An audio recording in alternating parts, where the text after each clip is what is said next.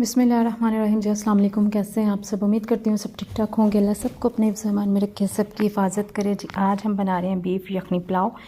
बहुत ही मज़े का, बहुत ही लजीज़ पुलाव ये बनकर तैयार होता है। तो आइए जी बिस्मिल्लाह करते हैं। 1 kg हम ले लिया जी बीफ।